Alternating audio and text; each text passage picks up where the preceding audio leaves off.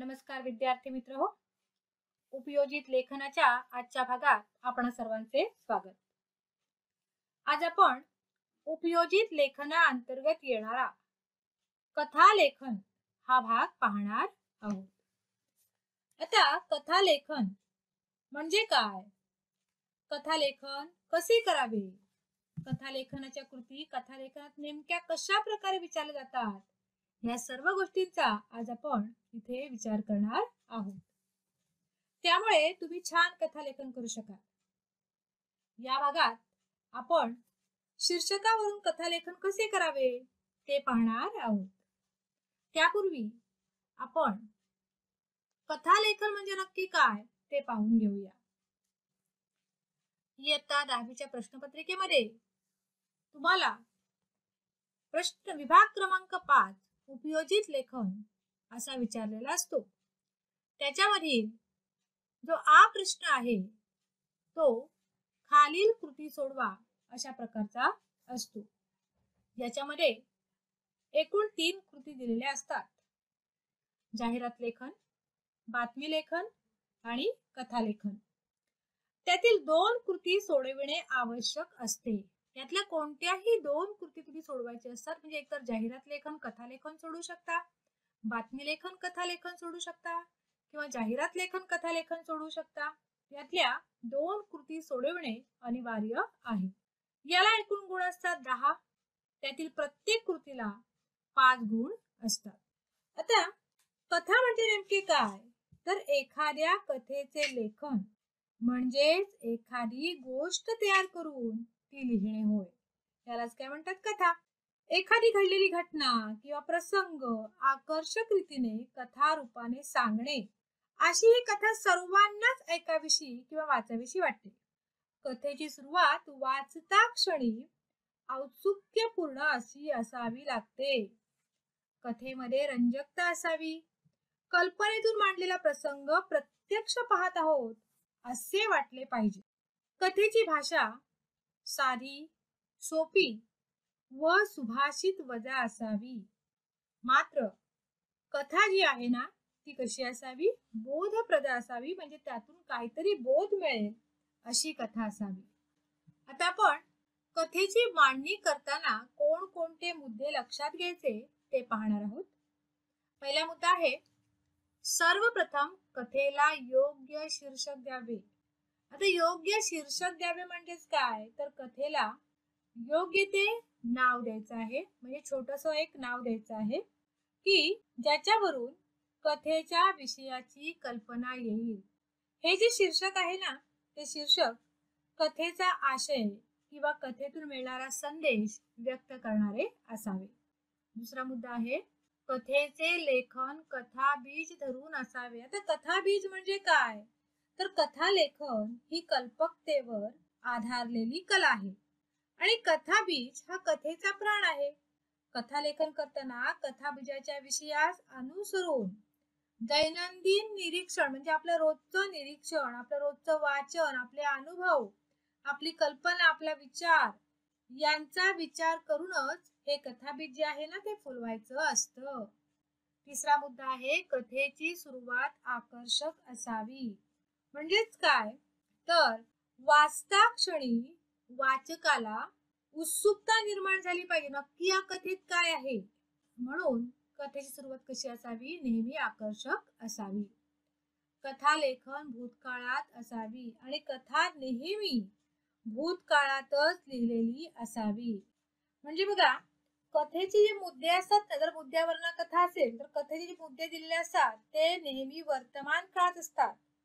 पण कथा पूर्वी घडल्यामुळे कथा लिहिताना ती भूतकाळातच लिहावी.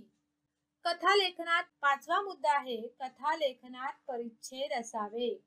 म्हणजे कथा लेखन करताना त्याच्यामध्ये छोटे छोटे 3-4 पॅरेग्राफ दिलेले असावे. 6वा मुद्दा आहे, कथा लेखनातील प्रसंग घटना एकास एक संगतीने याव्यात. म्हणजे कथा लेखन करत असताना जो त्यांचा सिक्वेन्स आहे तो एकास एक संगतीनेच यायला हवाय. 7वा मुद्दा आहे, कथेतील संवाद अवतरण चिन्हात लिहावे. योग्य विराम चिन्हांचा वापर करावा. तर कथेतील जे संवाद असतात ना, ते संवाद अवतरण चिन्हातच लिहावे लागतात आणि जिथे हवे तिथे आपल्याला काय करायचं आहे, विराम चिन्हांचा वापर करायचा आहे. प्रश्नचिन्ह, उद्गारवाचक चिन्ह अशा प्रकारच्या चिन्हांचा वापर करायचा आहे. 8वा मुद्दा आहे, कथेला आवश्यक तेथे तात्पर्य द्यावे. म्हणजे कथेला तात्पर्य देणं गरजेचं आहे आणि तेही कुठे द्यायचं आहे, कथेच्या शेवटी आपल्याला काय करायचं आहे, तात्पर्य द्यायचं आहे.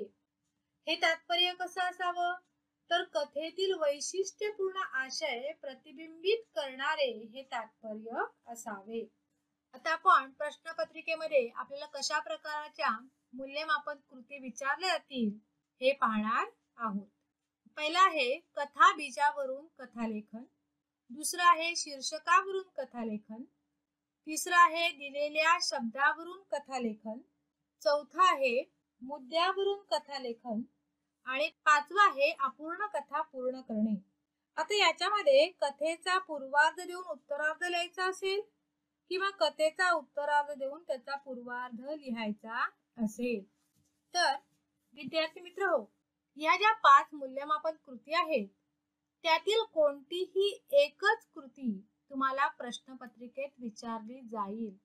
म्हणजे एकतर कथाबीजावरून कथालेखन तरी असेल किंवा शीर्षकावरून कथालेखन असेल, दिलेल्या शब्दावरून कथालेखन असेल किंवा मुद्द्यावरून कथालेखन असेल किंवा अपूर्ण कथा पूर्ण करा, यापैकी कोणतीही एकच कृती दिलेली असेल आणि त्याच्यावरनं तुम्हाला काय करायचं आहे, कथालेखन करायचं आहे.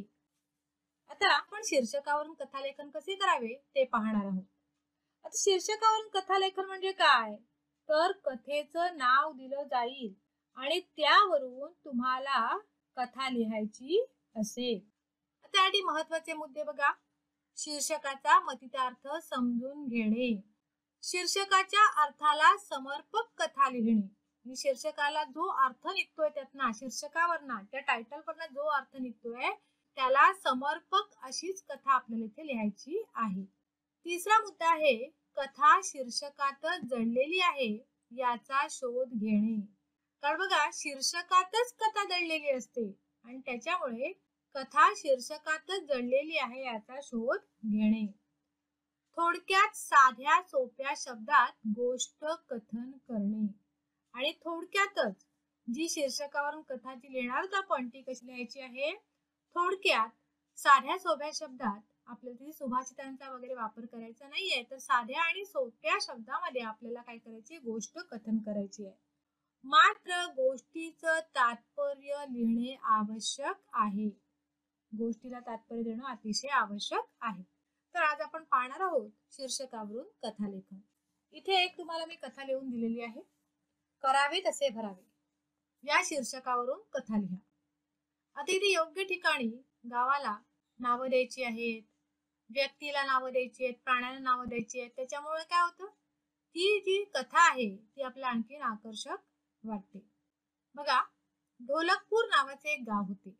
होते म्हटलंय म्हणजे काय आली, पास्ट टेन्स. त्या गावातील बाजारपेठेत एक शिंप्याचे दुकान होते.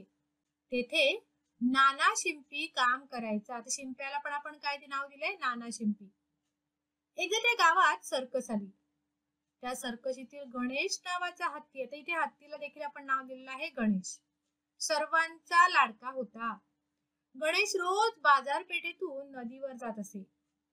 नानाला गणेश फार आवडायचा. तो रोज गणेशला केळी खाऊ घालत असे.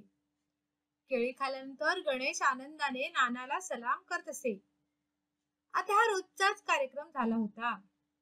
एके दिवशी नानाला गणेशची गंमत करावीशी वाटली. नेहमीप्रमाणे गणेश हत्ती नदीकडे निघाला. वाटेत नाना शिंप्याच्या दुकानासमोर येऊन त्याने नानाला सलाम केला. नानाने गमतीने गणेश हत्तीच्या सोंडेला टोकदार सुई टोचली. हत्तीला वेदना झाल्या. नानांचे हे वर्तन पाहून हत्तीला वाईट वाटले. गणेश हत्ती नदीवर गेला. येताना त्याने सोंडेत चिखलाचे पाणी भरून घेतले. नानांच्या दुकानासमोर येताच हत्तीने सोंडेतील चिखलाचे पाणी नानांच्या अंगावर फवारले. नानांचे कपडे व दुकानातील सर्व कपडे चिखलाने माखले. नानाला स्वतःच्या चुकीची जाणीव झाली आणि पुढे काय दिलेलं आहे? तात्पर्य. कधीही कोणाला विनाकारण त्रास देऊ नये. म्हणजे आपल्या गोष्टीच्या अनुसरून आपण काय करायचं? इथे तात्पर्य द्यायचं आहे. सगळ्यात महत्वाचं काय आहे? तर गोष्ट आपली कशी असावी? पास्ट टेन्स मध्ये असावी, भूतकाळात असावी. गोष्टीला 2-3 पॅरेग्राफ असावे आणि तात्पर्य दिलेला असावा. तर तुमच्यासाठी आजचा होमवर्क, करावे तसे भरावे या शीर्षकावरून तुम्हाला जशी गोष्ट येईल तशी तुम्ही लिहायची आहे. So that's all for this part. Thank you for watching this video. If you like the video, please hit the like button. Do share the video so that others can learn, and also subscribe my channel to regular update about the course. धन्यवाद.